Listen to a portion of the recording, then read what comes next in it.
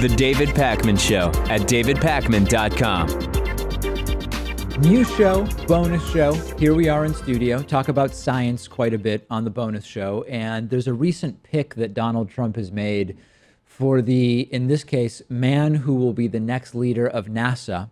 And it's pretty disturbing in a lot of ways. Jim Bridenstine of Oklahoma still has to be confirmed by the Senate before taking over at NASA. But in all likelihood, he will be confirmed. He wants Americans to go back to the moon, but does not believe that humans are causing climate change, which is very interesting because NASA is actually, people sometimes don't know all of the full scope of what NASA does. But a lot of the research that NASA had been doing, had been being the key word, relates to the undeniable scientific reality that human activity on Earth impacts the broader climate on Earth. And he will be leading that organization, which would seem to be a conflict. And it is, although not as big as it used to be, because since Donald Trump has become president of the United States, the Trump administration has directed NASA that they can't keep doing research that relates to climate change. So it will be slightly less awkward for Jim Bridenstine, I guess, when he takes over. I mean, this is just the latest of Trump cabinet picks where the person in charge of the position that they're going to inherit is just philosophically opposed to the agency overall. So that's always pretty disturbing. And you look at this guy's background, it's in philosophy, it's in economics, it's in business. The guy has an MBA, and then he was a congressman from Oklahoma. I mean, I understand these people are, high profile and they're in the know in Washington, but can't we get people who are more qualified than this guy? Few thoughts. I mean, number one, in general, I would say, hey, we need more people in government who have a background in philosophy or economics rather than just more lawyers and finance people.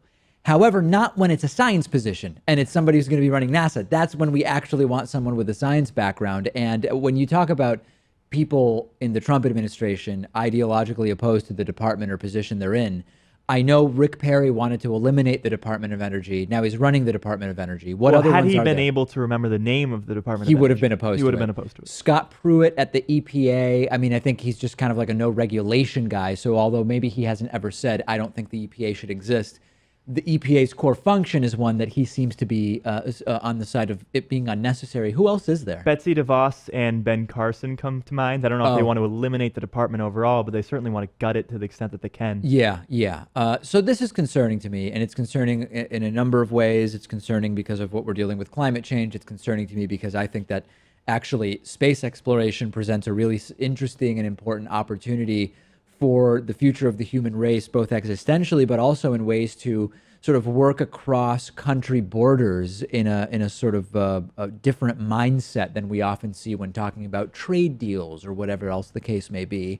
And why, at this point, it's not even about NASA.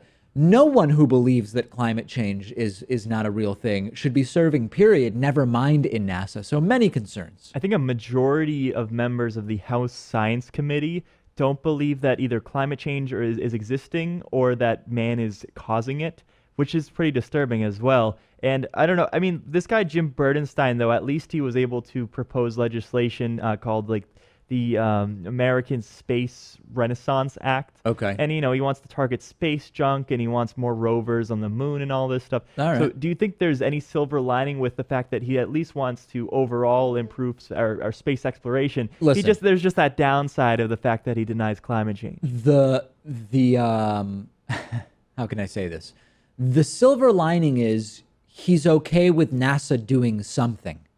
Yeah. And for him, it's clearing out some space junk and putting some rovers on the moon. Okay, yeah, I mean, we could always imagine a way in which it could be a worse pick, but this is a science organization, and we've got a guy with a philosophy background who doesn't believe in climate change running it. I'm just at a point now where I think Trump could pick so many people who are much worse off to lead that position. Yeah, I know. We can always imagine worse picks. That you can take that deal, right? Because it almost feels like somewhat acceptable. Hey, he didn't pick Sarah Palin to run NASA, so I guess that makes it not as bad as it could have been. It is Zero Waste Week, and this is to call attention to the unfortunate reality that each person on the planet produces more than a kilogram or 2.2 pounds of waste every day on average in the mean. And that number is expected to go up over the next 15 years, according to the World Bank. So Zero Waste Week, this Zero Waste Week initiative comes with a list of ways that individuals can reduce their waste production. And every time I see this, I'm sort of reminded of like the latte millionaire stuff that you read online, which is like, hey, listen, if you were to get a latte every day at Starbucks, if you think about all that money invested at 7% over the next 30 years, you're a millionaire just from not having lattes. And I have mixed feelings about those types of things. Or like millennials aren't doing well because they buy $19 avocado toast. That was another one that went viral. So I always take these with a grain of salt in terms of their total magnitude, but it's still interesting to see what's recommended for Zero Waste Week. Do you like this whole 1 week trial promotion? I mean, it sounds like we should be doing these things all the time. I guess they market it in a way that, you know, you can boil it down to something that seems reasonable. I'll take these different approaches and make these changes to my life for 1 week, and then I know what you mean. Hopefully you adopt them for the long term. It's sort of the idea of any diet that you can't stick with indefinitely or forever, as someone else likes to say, is not really a good diet because it only works in the short term. So I think any consumption habits that are only done as a 1 week trial, just to see how much we can reduce our consumption, I don't know how much that's going to do long term, because if you can't stick with it indefinitely. But anyway, ditch plastic straws. In the United States, 500 million plastic straws are used every day. If people stop using straws, eventually restaurants would stop ordering them, and that would be a lot less plastic that is consumed and then tossed out. Okay. Yeah, I think the one upside to straws is if you're having like a sugary drink, the straw helps, fight against maybe cavities or something, because it bypasses, your teeth. Fair enough. But maybe you shouldn't just be having those sugary drinks to begin with. Dentists or people, very maybe much people against have straws. sensitive teeth too as well. Sure. Okay. Carry a reusable water bottle as well as a coffee cup. Every minute, 1 million plastic bottles are bought around the world, according to data obtained by The Guardian, and recycling rates are low. The other thing is people say, hey, paper coffee cups, those are recyclable. I read a pretty interesting piece which explains that there's a reason why if you stick a sheet of paper like this in coffee, it immediately falls apart and the coffee cup doesn't. And it's because there's a liner within the paper. Yeah. And that is not recyclable. So people think, hey, paper coffee cups are recyclable. Most of them are not, other than some new ones that most places aren't yet using. And if you're using a Keurig for your coffee, you get the reusable pods, that plastic molds that I modeled on the show for everyone, instead of throwing away those small pods. Plastic ones. Oh yeah, Keurig's great. Also, you can use a reusable shopping bag. And there are more and more stores now that just they don't have bags, period. No way. Most of them have gotten away from plastic bags, but now some places charge you for the paper bags and really encourage you to bring, like in Cambridge, Mass, you pay for paper bags. If you go to the Cambridge Trader Joe's, there's no bags for free.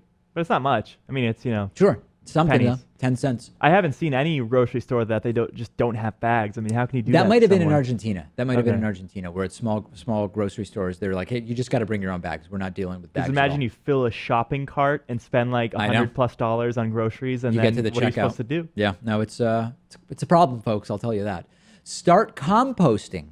Okay, when sent to landfills, food scraps release methane, which contributes per capita to global warming more than carbon dioxide. When you compost, you can have just a small countertop bin.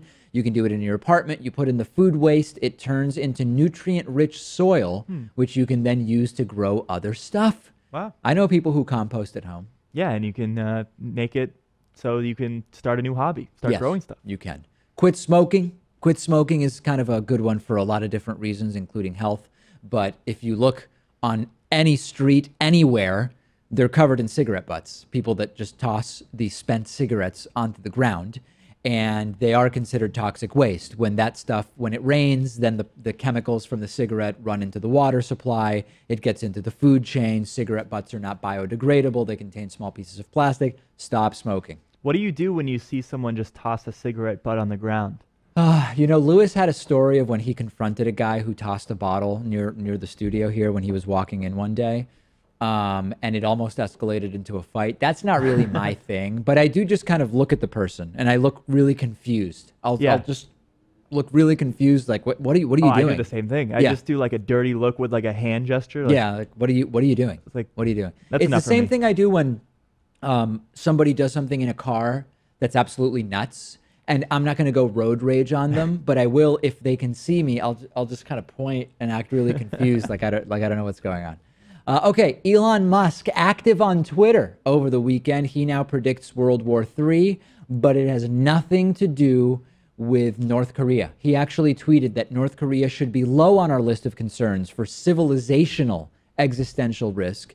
He believes that competition for artificial intelligence superiority at the national level will most likely cause World War III. So the idea would be artificial intelligence, if that there is such an incentive for national level artificial intelligence, that if a country, if a nation state could develop some kind of self-learning AI that was truly able to fall under the umbrella of what we would call that it can learn from itself, that would give such power geopolitically to that country that he believes, I'm inferring, some kind of race to the top to develop the most powerful self-learning AI at the national level is what ultimately might cause World War III. Interesting take. He's been talking about the AI risk for a while, actually. Yeah, it's a bit beyond me, and it does kind of sound like a dystopian novel or film. But there's some other,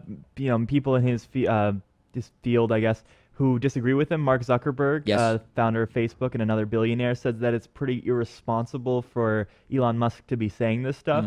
To which Musk responded by saying, the guy doesn't know what he's talking about. Yeah, basically saying Mark Zuckerberg is not in the business of AI. He doesn't know what he's talking about. So to sort of put a fine point on it and talk it through, how would AI cause World War III? And the explanation from Elon Musk is, well, you can get an AI system that is so advanced that it can calculate many moves ahead based on what other countries have going on, the other countries' capabilities, that the AI could determine a preemptive military strike is necessary. Oh, wow. Now, could it know that 100%? Maybe not. But when you think about the idea of, hey, if the future is caused by the past, if you have a really, really smart system that can really weigh down to the smallest degree every factor or close to every factor, right? What does that even mean?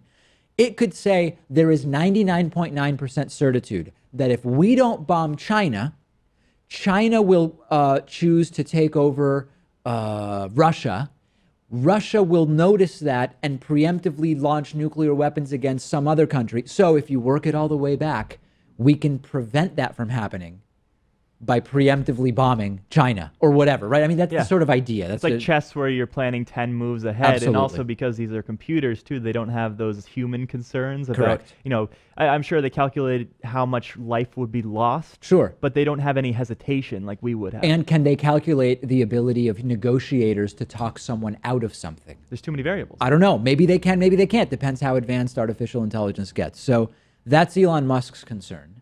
I think that it's important to follow the development of artificial intelligence and to be aware of ways in which it could be misused or create absolute destruction for human civilization. But I also think it's relevant to think about what Kim Jong-un is doing. When it comes to the greatest threat to our existence, I'm reminded of that meme where you have a small brain, a larger brain, and then just a giant super brain. The small brain in this case would, I think, be like Trump talking about terrorism or North Korea. The slightly larger brain, maybe Bernie Sanders talking about climate change. Okay. And then you get to the Elon Musk, like super, super smart. Which is AI will preemptively strike and destroy civilization through the chain of events that it will release. Okay, I'm interested to see what people think. There's a lot of people in our bonus show audience that are in the world of science, not AI specifically, but anytime we talk science, they get in touch. And I look forward to hearing from you on this issue. The David Pakman Show at davidpakman.com.